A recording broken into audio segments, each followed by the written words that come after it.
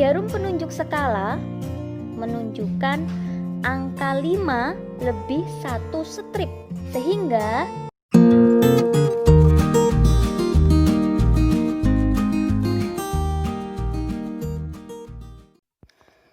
Bismillahirrahmanirrahim. Assalamualaikum adik-adik. Di video kali ini kita akan belajar materi kelas 3, tema 3 benda di sekitarku, subtema 2 wujud benda, pembelajaran 5. Tujuan pembelajaran ini sebagai berikut.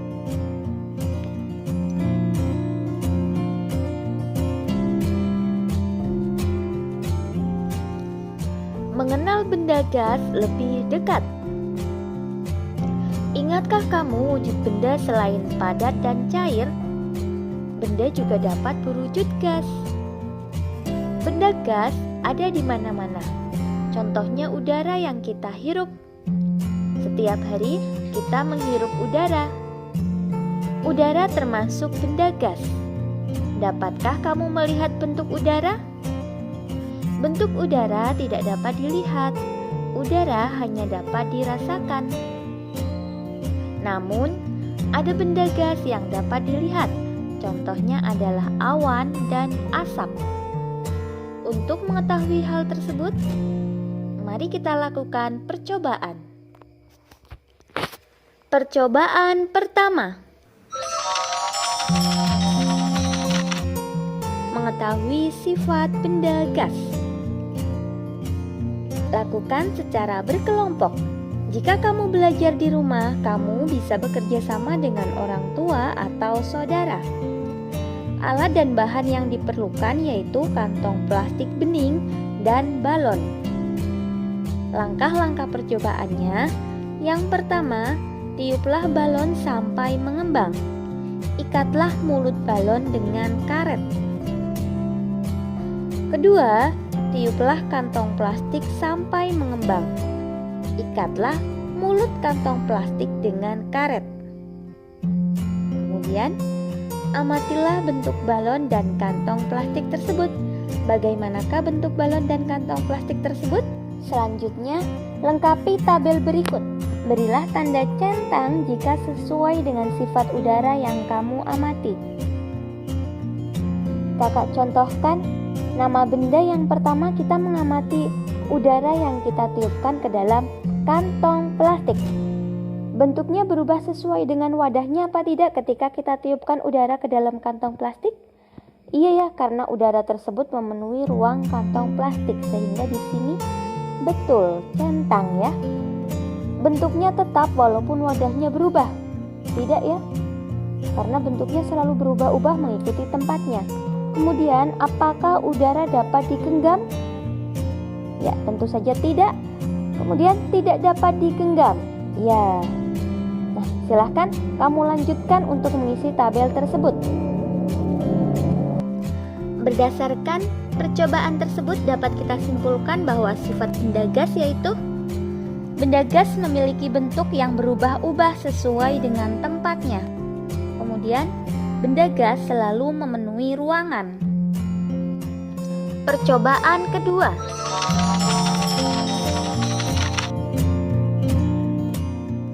Alat dan bahan. Yang pertama, benang secukupnya. Kemudian balon 2 buah. Sebatang lidi atau kayu tipis. Langkah-langkah percobaannya. Yang pertama, tiupkan udara ke dalam 2 buah balon. Kemudian, tiupkan sampai kedua balon sama besar. Yang ketiga, ikat setiap balon dengan benang. Sisakan benang dengan panjang secukupnya. Kemudian, pada setiap ujung lidi atau kayu, gantungkan 1 buah balon yang telah terisi udara. Usahakan posisi lidi atau kayu tetap mendatar. Lalu, perlahan-lahan tusuklah sebuah balon yang berisi udara. Perhatikan udara yang keluar dari tempat yang ditusuk. Dan letakkan tanganmu di dekat tempat keluarnya udara. Apakah yang terjadi?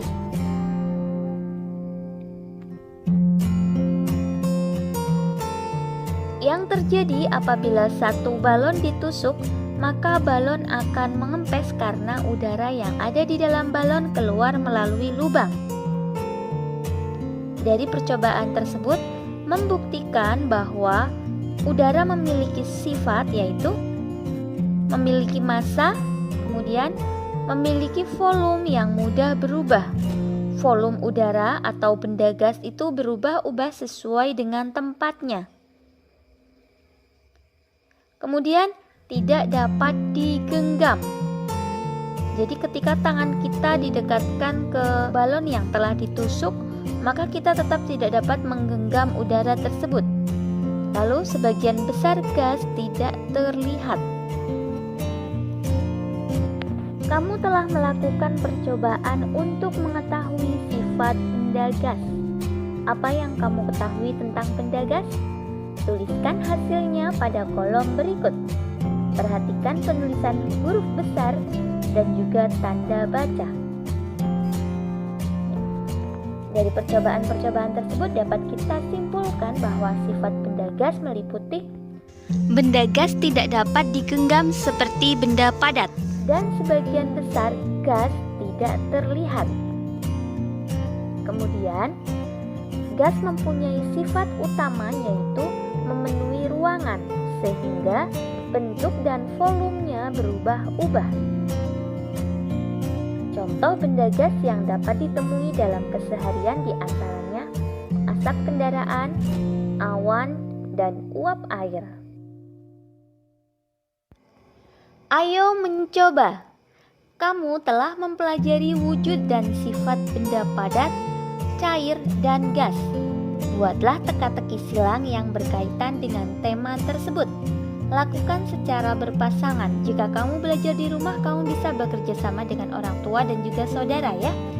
Buatlah 5 pertanyaan mendatar, buat juga 5 pertanyaan menurun.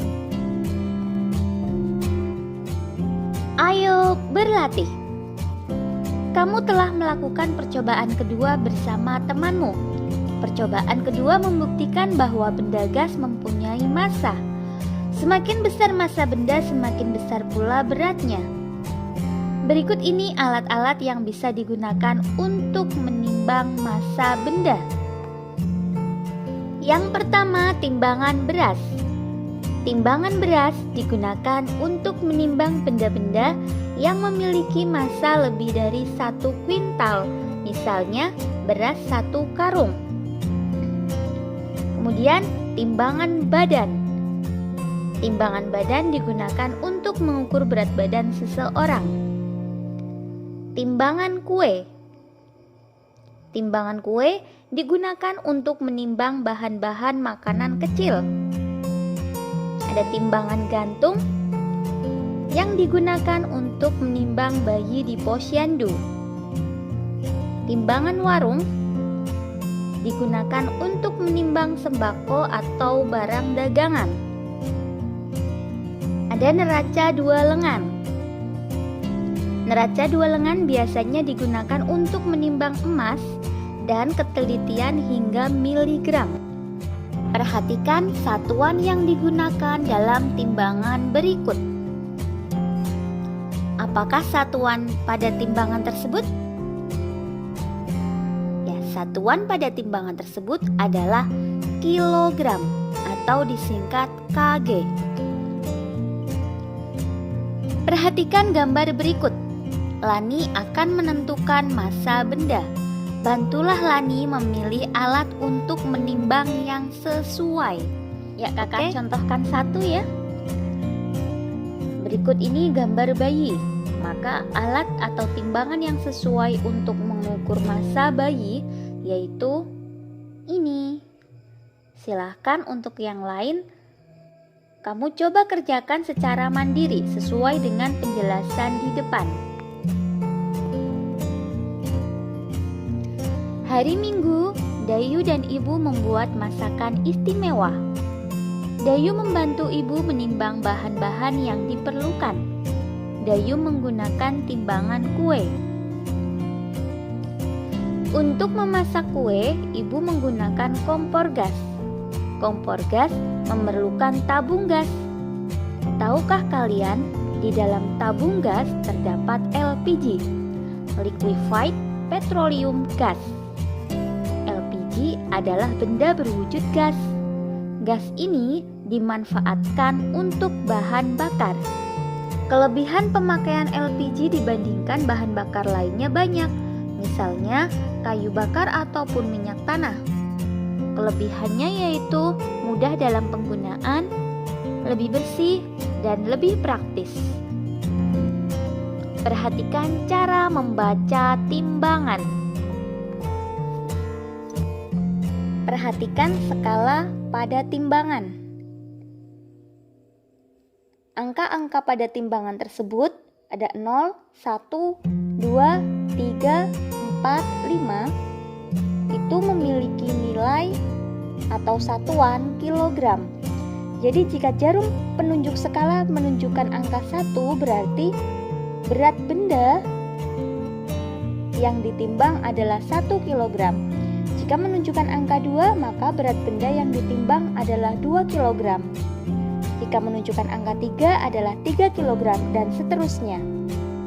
Kemudian antara angka 0 ke 1, 1 ke 2, 2 ke 3, 3 ke 4, 4 ke 5, 5 ke 0 lagi, itu terdapat strip-strip kecil. Satu strip memiliki nilai 2 on atau 2 hektogram. Jadi 1 on nilainya sama dengan 1 hektogram. Perhatikan untuk gambar yang pertama. Jarum penunjuk skala menunjukkan angka 5 lebih 1 strip. Ya, itu jarum penunjuk skala berputarnya searah jarum jam. Berarti itu menunjukkan angka 5 lebihnya 1 strip. Sehingga nilai pengukurannya atau berat daging ayam yang ditimbang sesuai gambar tersebut yaitu 5 kg lebihnya 2 ons. Karena nilai 1 strip itu adalah 2 ons atau 2 hektogram. Paham ya? Coba untuk gambar yang kedua. Masih daging ayam. Jarum penunjuk skala menunjukkan angka 4 lebihnya 1, 2, 3. Lebihnya 3 strip.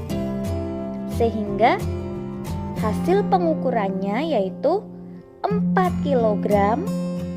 Ingat, 1 strip itu nilainya 2 ons. Berarti kalau 3 strip maka nilainya 2 kali 3 hasilnya 6.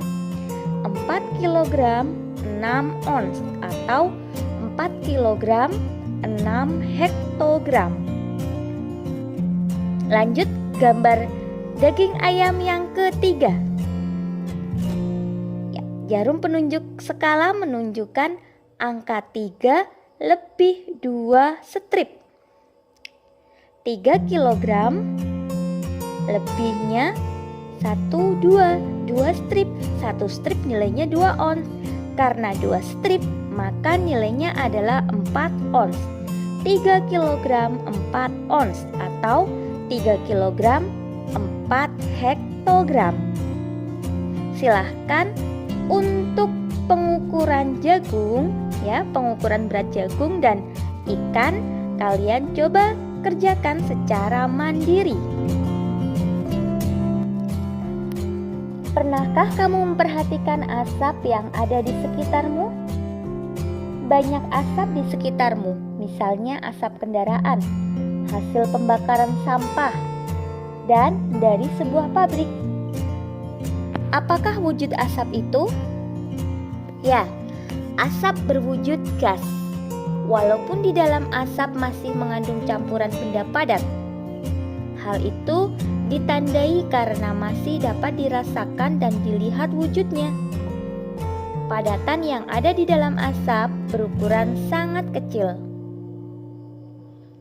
Udin membaca berita tentang bencana kebakaran. Bencana tersebut terjadi di beberapa wilayah di Indonesia selama tahun 2015. Kondisi ini mengakibatkan asap menutupi beberapa wilayah di Indonesia. Silahkan kalian baca berita berikut.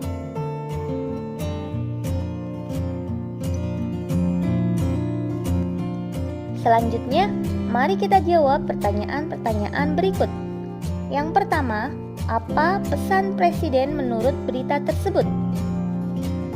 Apa pesannya?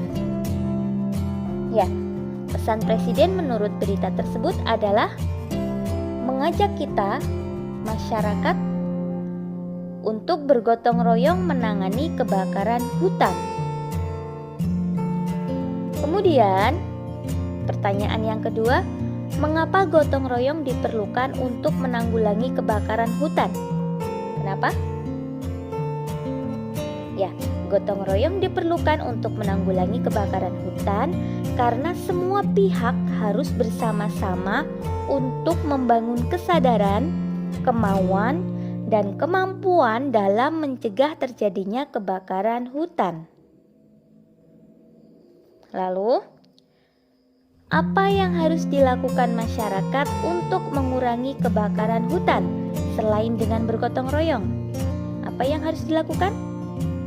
Yang harus dilakukan masyarakat untuk mengurangi kebakaran hutan adalah memiliki kesadaran untuk menjaga lingkungan, ya. Kemudian yang keempat, tuliskan pengalamanmu dalam bergotong royong. Silahkan kamu tulis pengalamanmu secara mandiri. Berikan pendapatmu tentang pernyataan berikut. Berikan tanda centang di kolom yang tersedia. Jika kamu setuju, maka kamu beri tanda centang di kolom setuju. Jika tidak setuju, beri tanda centang di kolom tidak setuju. Contohnya yang pertama, membersihkan kelas bersama merupakan contoh gotong royong. Ya, kalau kakak setuju, berarti kakak beri tanda centang di kolom setuju. Untuk yang nomor berikutnya, silahkan kamu kerjakan secara mandiri. Alhamdulillah, sekian video pembelajaran kali ini. Semoga bermanfaat. Banyak kekurangan kakak mohon maaf. Selamat belajar dan tetap jaga kesehatan. Semoga senantiasa mendapatkan kemudahan dari Allah Subhanahu wa Ta'ala. Wassalamualaikum warahmatullahi wabarakatuh.